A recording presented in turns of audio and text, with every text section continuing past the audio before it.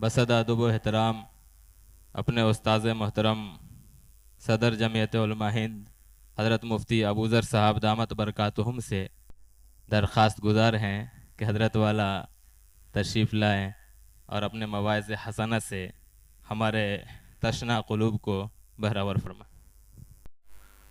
الحمد للہ رب العالمین والصلاة والسلام على سید الانبیاء والمرسلین محمد وعلى آلہ وصحبہ اجمعین، اما بعد۔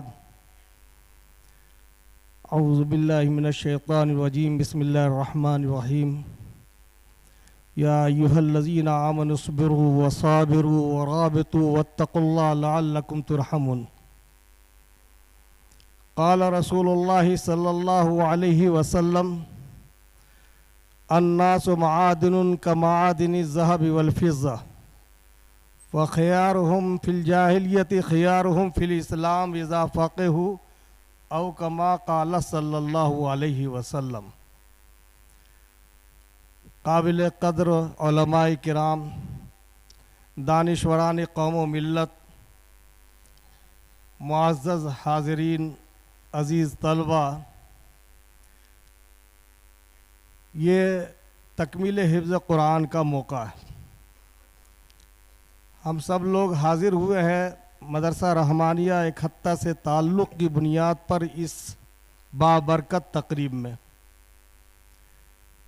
الحمدللہ اس ادارے کی ایک عظیم تاریخ ہے، اور موقع بموقع اس ادارے کی طرف سے کوئی نہ کوئی ایسا پروگرام آتا ہے جس سے اس کی زندگی ظاہر ہوتی ہے۔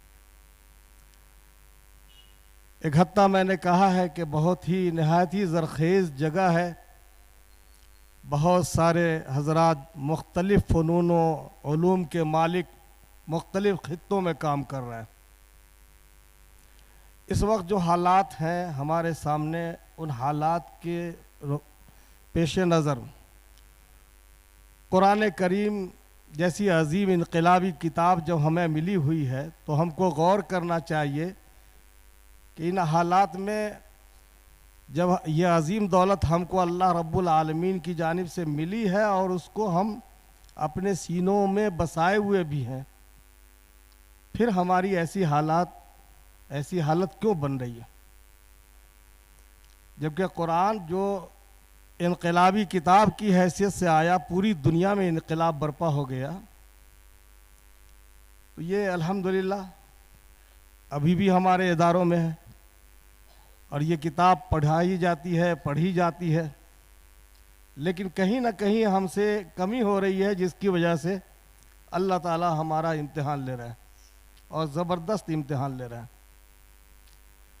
جب انسان کے ایمان پہ حملہ ہو، اس کے مذہب پہ حملہ ہو، تو اب اس سے بڑا امتحان کیا ہوگا؟ یہ ہماری جانیں تو اللہ تعالیٰ کی دی ہوئی ہیں، مختصر وقت میں اگر ایمان اور اسلام کے ساتھ بندہ اللہ کے پاس پہنچ جائے تو کامیاب ہے، لیکن اگر زندگی ملے اور ہمارے اسلام کو چھینا جائے، ایمان کو ہم سے چھینا جائے، ہمارے مذہب پہ حملہ ہو، تو ہم کو سوچنا چاہیے۔ اس لیے ان اداروں کی بڑی اہمیت ہے کہ انقلاب یہیں سے پیدا ہوتا ہے، سوچنے کی دعوت یہیں سے ملتی ہے۔ یہ ہمارے اساتذہ کرام، انہوں نے اپنے بزرگوں کی صحبت پائی ہے، اور دارالعلوم کا قیام اسی پس منظر میں ہوا تھا کہ ہم اپنی شناخت، ہم اپنی پہچان کو بھی بچائیں گے، اسلامی شناخت کے ساتھ ہم اس ملک میں زندہ رہیں گے، اور اپنے ملک کے لیے بھی ہم قربانی دیں گے۔ یہ ملک ہمارا ہے اور اس کی حفاظت بھی ہم کریں گے۔ تو یہ قرآن کا پیغام ہے، قرآن سے یہ الگ نہیں ہے۔ ہمیشہ جو حفظ کی فضیلتیں بتائی جاتی ہے، اور یقیناً ہے فضیلتیں، تو ان فضیلتوں میں یہ بات چھپی ہوئی ہے کہ قرآن پڑھنے کی کتاب صرف نہیں ہے، پڑھنے کے ساتھ قرآن کا سمجھنا یہ قرآن کا حق ہے۔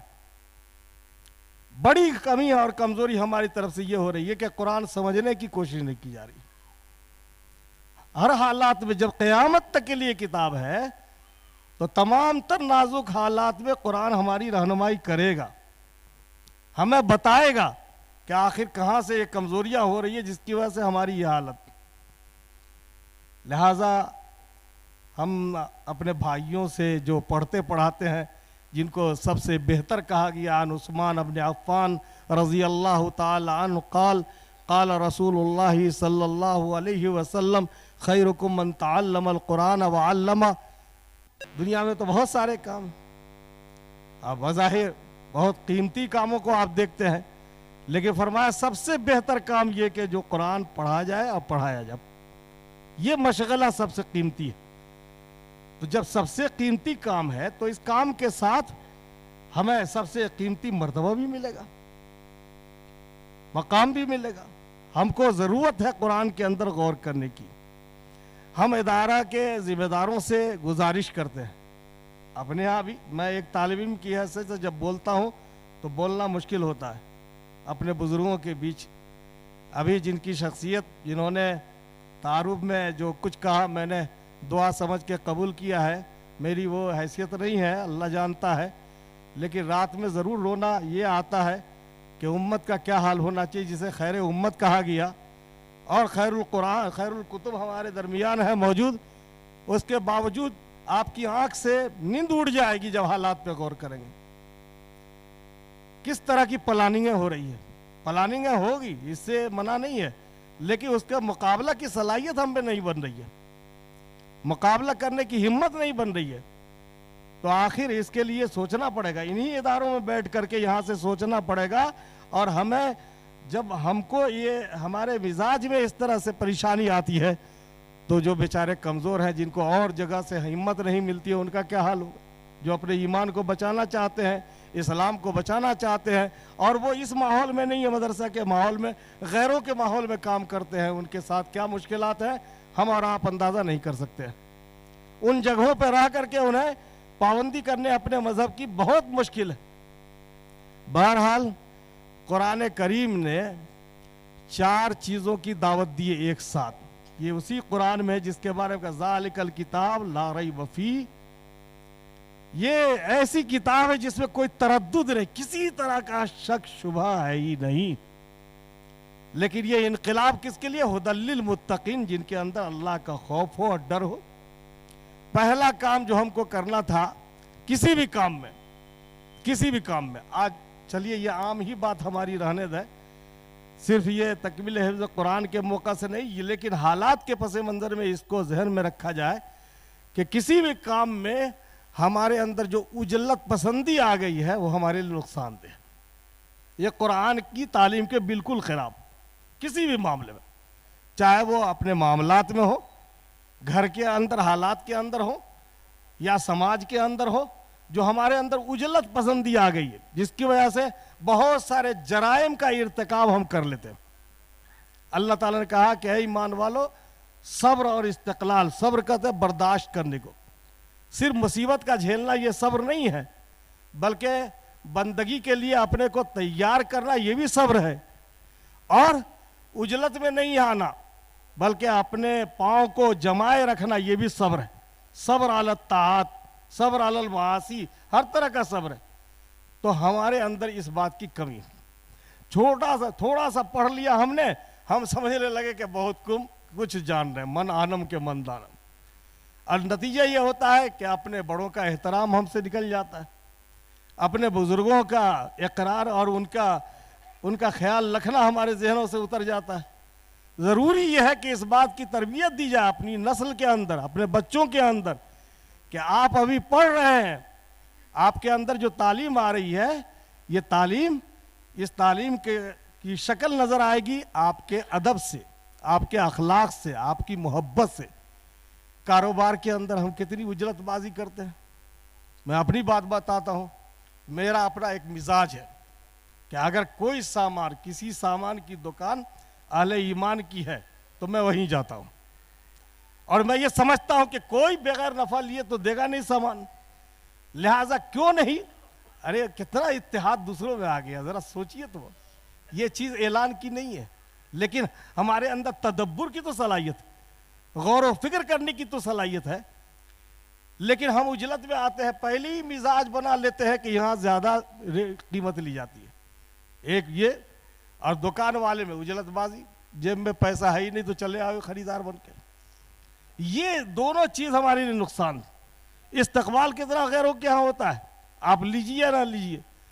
تو یہاں ضرورت ہے صبر کی, استقلال کی, اور اخلاق نبوی کی ضرورت ہے. قرآن کریم ہمیں یہ دعوت دیتا ہے, سکھلاتا ہے. ہمیں جو مضبوط ہونا ہے حالات کے اندر, ہم کو لوگ کب برداشت کریں گے؟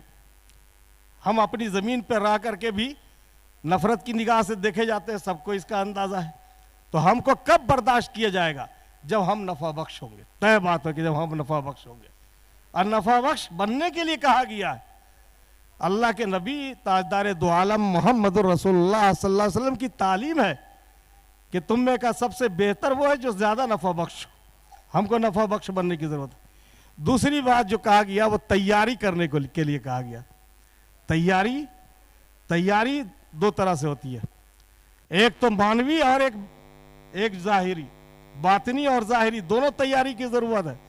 ہم کسی بھی اعتبار سے تیار نہیں. ایک دم یہ بالکل صاف بات ہے, اس میں کوئی ہم کو مبالغہ کر کے ہمارا کوئی فائدہ نہیں ہونے والا ہے. سچائی اقرار کرنا چاہیے. کوئی تیاری نہیں, نہ ظاہری نہ باطنی, کوئی تیاری ہمارے پاس نہیں ہے.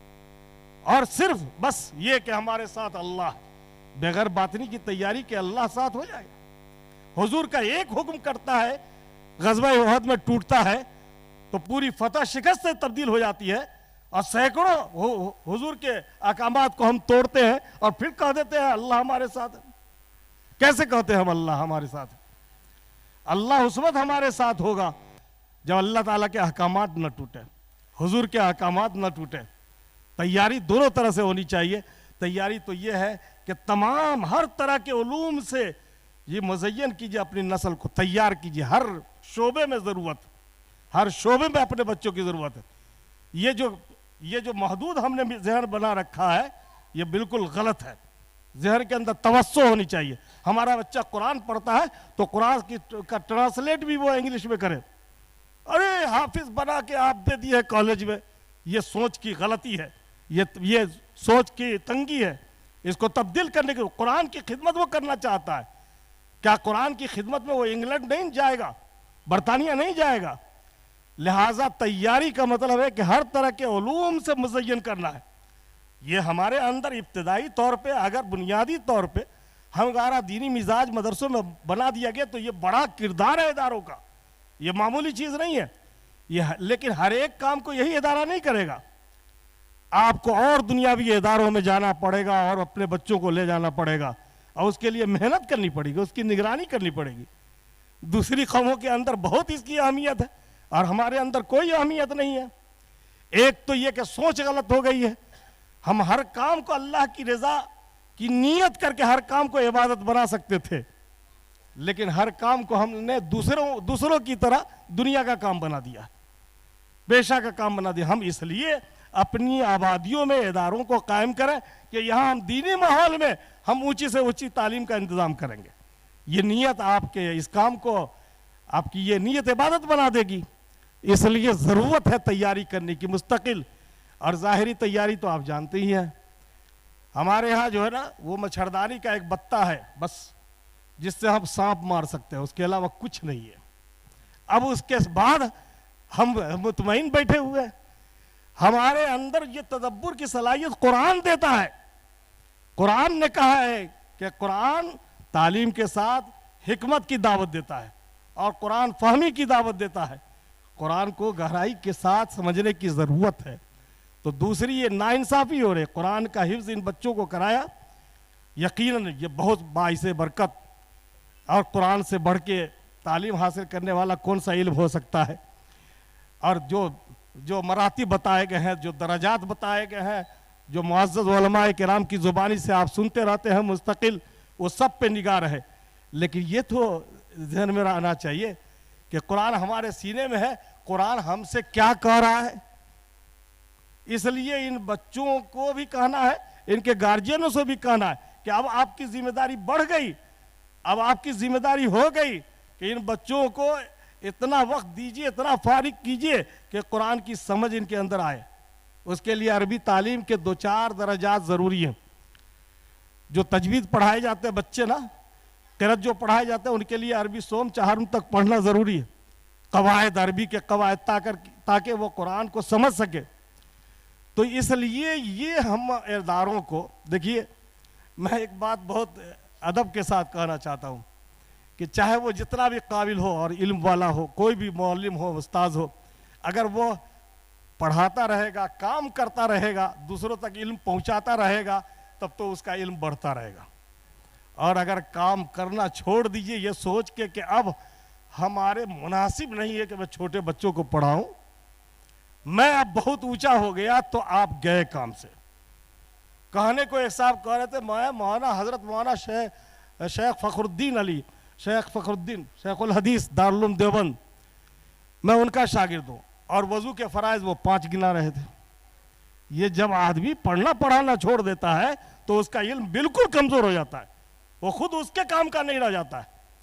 اور یقین مانیے کہ آدمی کم صلاحیت کا ہو لیکن فکر لے کر کے وہ آگے بڑھ رہا ہو، لوگوں کو تیار کر رہا ہو، علاقوں سے بچوں کو نکال رہا ہو، آپ خود سوچتے ہوں گے کہ فلاں گاؤں میں ہمارا شاگرد، فلاں گاؤں میں ہمارا شاگرد، تو اللہ تعالیٰ اس کے دل دماغ کو کھول دیتے ہیں۔ اللہ تبارک و تعالیٰ اس کے دماغ سے، ذہن سے ایسی بات نکلواتے ہیں جس پر قوم چلتی ہے اور قوم قدر کرتی ہے۔ تو اللہ تبارک و تعالیٰ نے یہ ذمہ داری دی ہے ہم کو، فرمایا کہ تیاری مضبوط ہونی چاہیے، جی باطن کی بھی تیاری اور ظاہر کی بھی تیاری، دونوں طرح سے تیاری ہونا چاہیے۔ حفاظت کی ذمہ داری تو اللہ تعالیٰ نے خود لی ہے نا، اِنَّا نَحْنُ نَزَّلْنَا الذِّكْرَ وَإِنَّا لَهُ لَحَافِظُونَ، یہ تو قرآن کی حفاظت اللہ کے ذمہ ہے، دوسری کتابوں کی حفاظت کی ذمہ داری اللہ نے نہیں لی، کتابیں ضائع ہو گئی۔ لیکن جب قرآن کی ذمہ داری اللہ تعالیٰ نے خود لیا ہے تو یہ تو آپ کو پاکیزہ نسبت مل رہی ہے کہ جب آپ قرآن کی حفاظت کے لیے کھڑے ہوں گے تو قرآن کے ذریعے آپ کی حفاظت ہوگی، قرآن کے ذریعے آپ کی حفاظت ہوگی۔ تو میرے محترم، یہ تیسرا کام تھا، اور چوتھا کام ہے کہ اپنے حدود کو آپ مضبوط کیجئے۔ آپ سرحدوں کی بات تو نہیں کریں گے، جس ملک میں ہیں ہم ملک کے وفادار ہیں، اور الحمدللہ کوئی کہہ نہیں سکتا ہے کہ ملک کے ساتھ غداری کوئی ایمان والا کرتا ہوگا، کوئی نہیں کر سکتا ہے۔ ملک ہمارا ہے، اس لیے ہمارے رگوں میں ہے اس کی ساتھ وفاداری، اور ایک نہیں بلکہ ہزاروں علماء نے شہادتیں پیش کی اس ملک کی حفاظت کے لیے، اس ملک کی آزادی کے لیے۔ لہٰذا ہم اپنے حدود یعنی اپنے معاشرے کو مضبوط کریں، ڈھنگ سے مضبوط کریں، وہاں اسلامی ماحول آئے، اس کے لیے محنتیں ہو، بہت ضرورت ہے، بہت ضروری ہے، بہت ضروری ہے، تاکہ یہ دکھائی دے کہ واقعی قرآن ہماری زندگی میں ہے اور ہمارے گھر میں ہے۔ اور جو آخری چیز ہے وہ ہے کیا؟ یہ سب کچھ اسی وقت ہوگا جب ہم یہ سمجھیں گے کہ اللہ تعالیٰ نے ایک ذمہ داری ہم کو دی ہے، اللہ کا ڈر ہوگا۔ تو اللہ تعالیٰ نے کہا ان اللہ مع الذین اتقوا والذین هم محسنون، اللہ تعالیٰ اس کے ساتھ ہو جاتا ہے۔ آپ کہہ سکتے ہیں اللہ ہمارے ساتھ ہے جب آپ کے ساتھ تقویٰ ہوگا، اور تقویٰ کی کتاب یہ قرآن مقدس ہے۔ قرآن مقدس ہو ہمارے اندر، یقیناً تقویٰ کی کتاب ہے، تقویٰ ہمارے اندر ہونا چاہیے، اور اللہ تعالیٰ کی معیت اور اللہ کی نصرت اس شخص کے ساتھ ہوتی ہے جس کے ساتھ تقویٰ ہوتا ہے۔ بڑی بات، بزرگوں نے جو کام کیا ہے، بظاہر دیکھنے میں چھوٹی جگہ، ٹوٹی پوٹی جگہ، کام مضبوط کیا ہے۔ اب ہمیں اللہ تعالیٰ نے مضبوط جگہ عطا فرمائی ہے تو ہم کو اور مضبوطی کے ساتھ کام کرنا چاہیے، اور یہ ذمہ داری ہم لوگوں کو، ایک خاص طبقہ کو اللہ تبارک و تعالیٰ نے زیادہ عطا فرمائی ہے، وہ خاص طبقہ جس کو اللہ تعالیٰ نے دین کی سمجھ عطا فرمائی۔ حضور نے ارشاد فرمایا کہ انسانوں میں بڑی بڑی صلاحیت ہے، جیسے زمین کے اندر جتنے معدنیات ہیں سب چھپے ہوئے ہیں، تو اللہ تعالیٰ نے انسانوں کے اندر بڑی صلاحیتیں عطا فرمائی ہے۔ فرمایا الناس معادن کمعادن الذهب والفضة، زمین میں ہی تو سارے خزانے ہیں، کہیں سونا ہے، کہیں چاندی ہے، کہیں رانگا ہے، کہیں پیتل ہے، مختلف دھاتوں کو اللہ نے زمین کے اندر رکھا ہے، اور جس ملک کو جتنا خزانہ مل گیا زمین کا اتنا وہ دولتور ملک ہے۔ اسی طریقہ سے انسانوں کے اندر مضبوط خزانے ہیں، وہ صلاحیت استعمال کرنے سے وہ صلاحیت نکھرتی ہے، اور صلاحیت باہر آتی ہے، صلاحیت ظاہر ہوتی ہے۔ اب حضور کے پاس آنے والے صحابہ کے بارے میں جو حضور سے کہا جاتا تھا تو حضور فرماتے تھے کہ یہ جو نسل کے اعتبار سے، خاندان کے اعتبار سے اچھے ہیں، سوچ اچھی ہے، یہ اسلام میں بھی اور ان کی صلاحیت نکھر جائے گی اور نہایت اچھے ہوں گے. شرط یہ ہے کہ یہ دین کا اس کی سمجھ حاصل کر لیں. اذا فقہوا فی الدین، جب یہ دین کی سمجھ حاصل کر لیں، یقیناً اس کا اثرات ہوتے ہیں، خاندان کے اثرات ہوتے ہیں، جس سے خاندان میں گالی کا استعمال نہیں، زبان کی حفاظت. دیکھیے گا بچے بھی ماشاءاللہ معصوم ہوتے ہیں، لیکن ماحول معاشرے میں جا کر کے بچوں کے زبان پہ گالی آنے لگتی ہے، اس کی بھی حفاظت بہت ضروری ہے. تو پھر جو ہے ایسی صلاحیت جو خاندانی ہے وہ کام آتی ہے جب دین کی سمجھ حاصل ہو جائے. تو اللہ تبارک و تعالی نے یہ موقع ہم سب کو دیا ہے کہ ہم قرآن مقدس کے ذریعہ اپنے اندر تبدیلی. دیکھیے میں سوچتا رہتا ہوں ایک بات کہ ہمارے حالات جس طرح کے سامنے آتے ہیں، فلاں جگہ ایسا ہوا، سہم جاتا آدمی، لیکن ایک بات ذہن میں آتی ہے کہ کم سے کم اپنی ذات پہ محنت کر کے جتنا ہم کو بتایا گیا اور کہا گیا اس اعتبار سے ہم اپنے کو مضبوط اگر کرتے ہیں، پھر تو ہمارے ساتھ تو اللہ ہو جائے گا، ہمیں اللہ کی طاقت تو مل جائے گی، پھر حالات تو انشاءاللہ بدلیں گے اور یقیناً بدلیں گے. لیکن اللہ کی نصرت ایسی قوم پہ کیوں آئے گی جو قوم بالکل سننے ہی کو تیار نہیں، اپنے بزرگوں سے تعلق رکھنے کو تیار نہیں ہے، اپنے اداروں کو اپنے محبت کی نگاہ سے دیکھنے کو تیار نہیں. کیوں آئے گی اللہ کی نصرت؟ اکثری طبقہ آپ دیکھیے نا معاشرے میں گزر کے، یہاں تو الحمدللہ بہت اچھا ہے، لیکن بہت سارے علاقوں میں ایسا کہ کوئی لینا دینا نہیں ہے. اس لیے ضرورت ہے اس بات کی کہ قرآن کریم کو عام کیا جائے، صرف تلاوت نہیں، تلاوت تو پہلا حق ہے، تلاوت کے ساتھ قرآن سمجھنے کی دعوت دی جائے. ایک مجلس ہو ہفتہ میں، عورتوں کے بیچ بھی مردوں کے بیچ بھی، کچھ صورتیں یا صورت کا ایک حصہ پڑھ کر کے ترجمہ کیا جائے. دیکھیے ہر چیز کا اثر اس کے اندر ہوتا ہے متکلم کے اعتبار سے. قرآن کا ترجمہ ہوگا اور اس کی تفسیر بتائی جائے گی. میں جاتا ہوں ہر علاقے میں دعوت دیتا ہوں، کم سے کم ہفتے میں 2 دن اور نہیں تو بہت کم تو 1 دن درس قرآن ہونا چاہیے. درس قرآن ہونا چاہیے، تب جا کر کے تبدیلی پیدا ہوگی اور یہ ہمارے علماء آسانی سے کر سکتے ہیں. اچھا ایک تقاضا بھی تو ہے کہ ہم یہ بات تو کہیں بہرحال میں معافی کے ساتھ کہنا چاہتا ہوں، ہم جس ادارے میں ہیں وہاں فاضل تک امتحان ہوتا ہے اور ہمیں پڑھانے کو نہیں ملتا ہے، تو ہماری ذمہ داری تو ہے کہ ہم اس فرض کو کیسے ادا کریں کہ فاضل کے عہدے پہ رہ کر کے جب ہم خدمت حق لے رہے ہیں تو کم سے کم فاضل کا قرآن ترجمہ اور تفسیر جا کر کے لوگوں کو سنا تو دیں. نہیں بچوں کو تیار کر پاتے ہیں، حافظ قرآن ہے، اگر جو ہے ہم تراویح نہیں سنا پا رہے ہیں تو کسی بچے کو یتیم کو کا ہاتھ پکڑ لیں، ان کو حافظ بنا دیں، ان کا خرچ دے دیں. یہ ہماری ذمہ داری ہے. اور میں کہا کرتا ہوں کہ اگر بورڈ کے اداروں میں ہیں اور آپ مدرسوں سے فائدہ اٹھا کے بورڈ کے اداروں میں گئے ہیں، اسکول کے اداروں میں گئے ہیں، تو آپ کی ذمہ داری بنتی ہے کہ آپ اپنی آبادی کے اداروں کو مضبوط کرنے میں آپ تعاون پیش کیجیے. ہر مہینہ اللہ نے مدرسے سے آپ کو پہنچا دیا، ادارے سے پہنچا دیا، اسکولوں میں آپ اچھی تنخواہ پاتے ہیں تو کم سے کم مہینہ 1000 2000 نہیں 500 روپیہ تو دے سکتے ہیں. ہر مہینہ 500 اس بنیاد پہ دیجئے کہ اس سے فیض اٹھا کر کے میں اسکول کا معلم بن گیا اور الحمدللہ میں اونچی تعلیم کے لیے منتخب ہو گیا. تو انشاءاللہ جب کریں گے حالات تبدیل ہوں گے، اور اگر کرنا چاہیں گے تو یقیناً اللہ تعالیٰ قدم میں مضبوطی عطا فرمائے گا. یہ تمام بزرگوں کے بیچ اتنی بات عرض کر دینا، مجھے پسینہ آ گیا، مجھے نہیں چاہیے، لیکن چھوٹا منہ اب بڑی بات ہو گئی. بہرحال اللہ تعالیٰ معاف فرمائے اور ہم سب کو کچھ کرنے کی ہمت عطا فرمائے. وآخر دعوانا الحمدللہ رب العالمین.